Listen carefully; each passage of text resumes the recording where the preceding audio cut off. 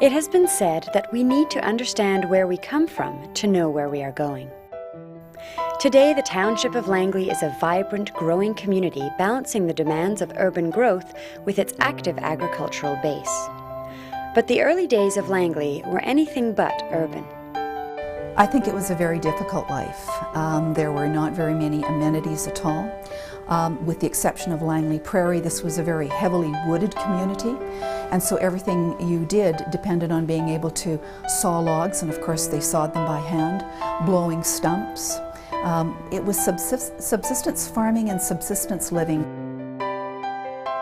In 1873, the municipality of Langley was formed, and the history of the township of Langley officially began. And the township of Langley was the third local government to be formed in the new province of British Columbia.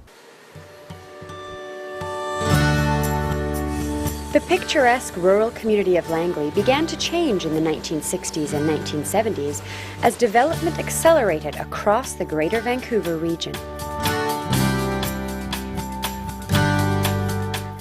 In 1873, when the township was incorporated as a municipality, those early settlers were really trying to raise money through, of course, taxation in order to use that money to construct roads.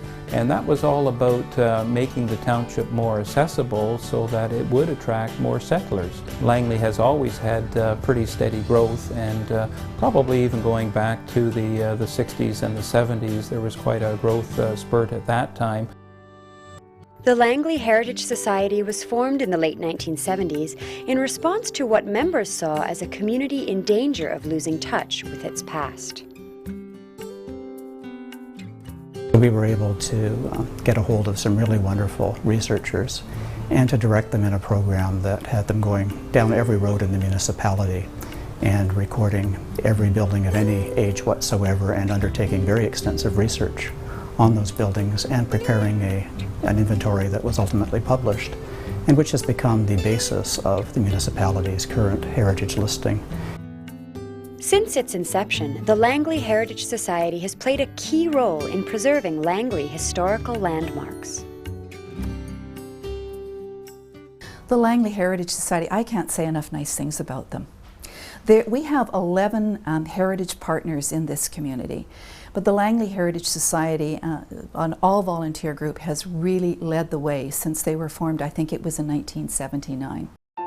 Over the years, the Society has successfully preserved many Langley buildings. Built around 1910, the Lamb Sterling residence was relocated to its present location.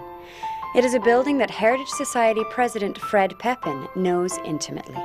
I sold my business and retired, so I started supervising the restoration of this house. So I've had a hands-on experience here with this house.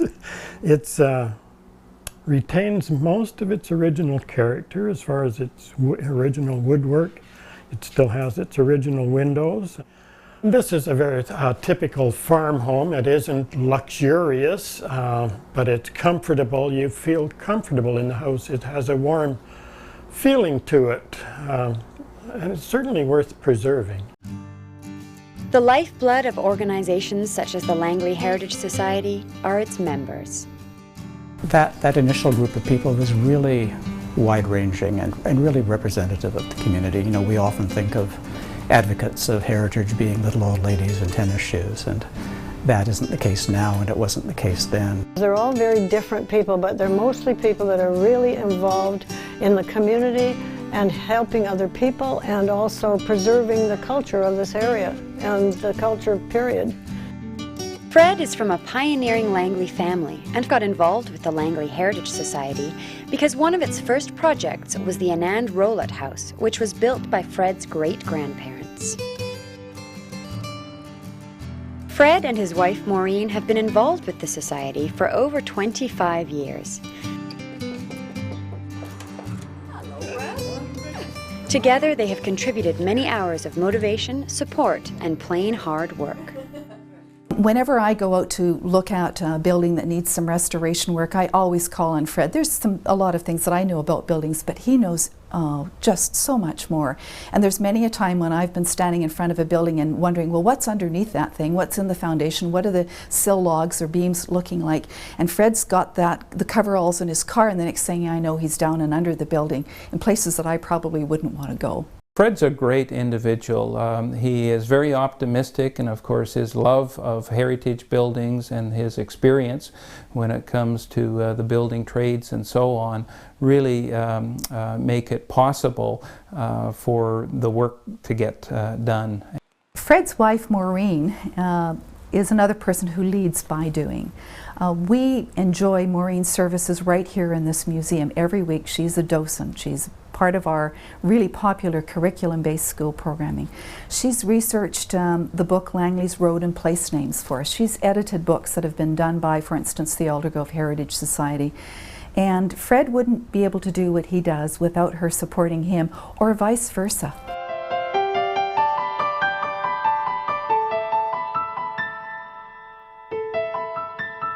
If we know where we come from, we know where we are going. Thanks to the Langley Heritage Society, Langley's past will be remembered long into its future. It's having those authentic heritage resources that speak to us about the community's past, who the original people were here, and what their priorities were, what they were involved in, what they contributed to the community. All of that helps to give us a sense of place and a sense of community identity.